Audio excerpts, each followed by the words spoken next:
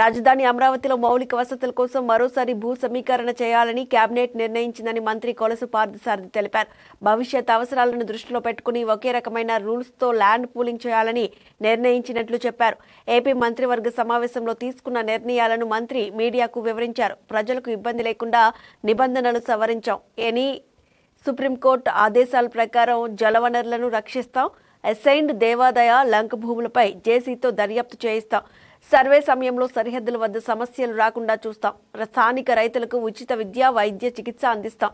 గతంలో పునాదులు పూర్తయిన భవనాలు తొలుత పూర్తి చేస్తాం. టెండర్లు దక్కించుకున్న జీఏడీ, హెచ్వేడీ టవర్లను ఎన్సీసీ, ఎల్ఎన్టీ సంస్థకు అప్పగిస్తామని సిఆర్డీఏ సమావేశ నిర్ణయాలకు కేబినెట్ ఆమోదం తెలిపిందని పార్థసారథి తెలిపారు.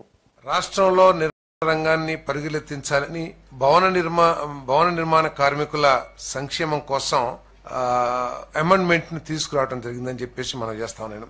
ఈ అమెండ్మెంట్స్ ద్వారా భవన నిర్మాణంలో ఉన్న పర్మిషన్స్ పొందడంలో ఎదుర్కొంటున్న అనేక సమస్యల్ని సరళీకరించడంతో పాటు సెట్ బ్యాక్స్ కు సంబంధించి కానివ్వండి, రోడ్స్ అంటే బిల్డింగ్ కి అబెటింగ్ అంటే ప్రపోజ్డ్ ల్యాండ్ కి అబెటింగ్ రోడ్స్ విషయంలో కానివ్వండి, అండర్ డ్రైనేజ్ కి సంబంధించిన ఛార్జెస్ విషయంలో కానివ్వండి, అదేవిధంగా హైట్స్ కి సంబంధించి కానివ్వండి, అనేక విధంగా రిలాక్సేషన్ కొన్ని చోట్ల ఇవ్వటం, కొన్ని చోట్ల కఠినతరం చేయటం, అదేవిధంగా ప్రతి రెసిడెన్షియల్ కాంప్లెక్స్ లో కూడా సీసీటీవీని ఏర్పాటు చేయడం గురించి వీటన్నిటి గురించి కూడా రూల్స్ ని అమెండ్ చేయడం జరిగిందని చెప్పేసి మనం చేస్తాను.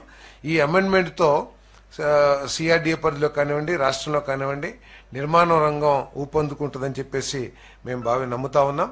తప్పకుండా, ఎందుకంటే ఎవరైతే బిల్డర్స్ ఉంటారో వాళ్ళకి హ్యాజిల్ ఫ్రీ విధానాన్ని ఇవ్వాలి. ప్రభుత్వానికి నష్టం రాకోకుండా, ప్రజలకి ఇబ్బందులు లేకోకుండా ఈ నిర్మాణాన్ని అభివృద్ధి చేయాలి. దీని మీద అనేక లక్షల మంది ఆధారపడి ఉన్న విషయాన్ని